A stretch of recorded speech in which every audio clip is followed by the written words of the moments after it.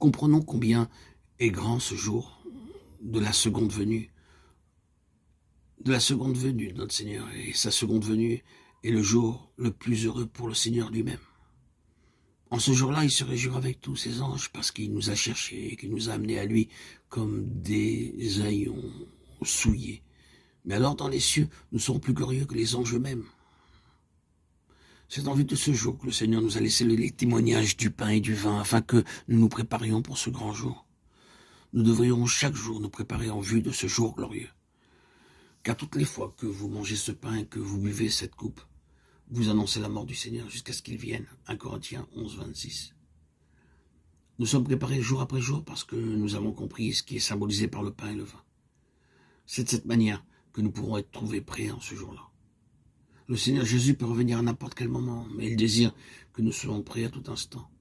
Il emploie des moyens si simples pour nous exhorter à être prêts.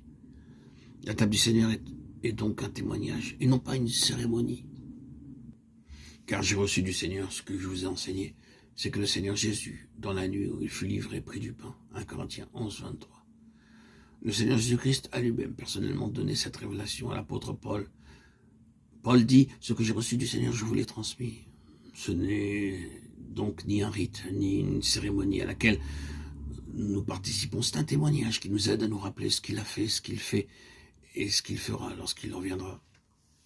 Ce témoignage nous rappelle aussi que nous sommes destinés à occuper avec lui la place la plus élevée dans les cieux. C'est un témoignage. Et après avoir rendu grâce, le rompit et dit, ceci est mon corps qui est rompu pour vous. Faites ceci en mémoire de moi. 1 Corinthiens 11, 24. Le Seigneur Jésus-Christ n'a pas dit, vous devez verser des larmes à cause de mes souffrances et pour tout ce que j'ai enduré pour vous. Ici, dans ce texte, il remercie simplement. Et nous remercions simplement parce qu'il s'est donné lui-même avec amour pour nous. L'apôtre Paul rend ce témoignage. Si je vis maintenant dans la chair, je vis dans la foi du Fils de Dieu, qui m'a aimé et qui s'est livré lui-même pour moi. Galates 2, 20. Volontairement poussé par son amour, il s'est offert et s'est donné pour nous. Le Père m'aime parce que je donne ma vie afin de la reprendre. Personne ne me l'ôte, mais je la donne de moi-même. J'ai le pouvoir de la donner et j'ai le pouvoir de la reprendre. Tel est l'ordre que j'ai reçu de mon Père. Jean 10, 17, 18. Sous l'effet de son puissant amour et de son plein gré, le Seigneur Jésus s'est donné lui-même pour nous.